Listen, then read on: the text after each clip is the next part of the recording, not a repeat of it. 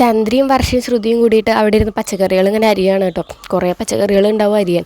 അപ്പോൾ അച്ഛമ്മ വന്നിട്ട് ചോദിക്കും, ഇതുവരെ കഴിഞ്ഞില്ലേ, കുറേ നേരമായല്ലോ നിങ്ങൾ അരിയാൻ തുടങ്ങിയിട്ട് എന്ന് പറയും.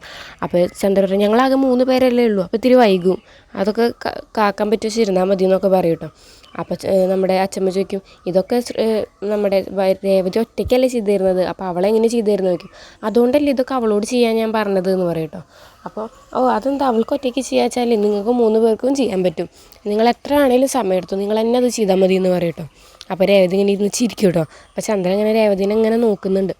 അങ്ങനെ ഇരിക്കുമ്പോഴാണ് നമ്മുടെ ഇളയച്ചൻ ഇത് അരിയുന്നത് കാണുമ്പോൾ ചെറിയച്ചൻ പറയാണ്, ഇങ്ങനെയൊന്നും അല്ല അരിയേണ്ടത്, ഇങ്ങോട്ട് തായോ ഞാൻ കാണിച്ചു തരാമെന്ന് പറഞ്ഞിട്ട് പറയും കേട്ടോ. അപ്പോൾ ചന്ദ്ര പറയും, നിങ്ങളിതൊന്നും ചെയ്യണ്ട, നിങ്ങളവിടെ പോയി റെസ്റ്റ് എടുത്തോ, നിങ്ങളിതൊന്നും ചെയ്യണ്ട എന്ന് പറയും കേട്ടോ.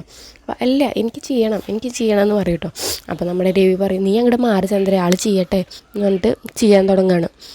അങ്ങനെ ഇരിക്കുമ്പോഴാണ് അയാളാണെങ്കിൽ ചിക്കൻ വെട്ടിക്കൂട്ടണ പോലെ വെട്ടിക്കൂട്ടുക.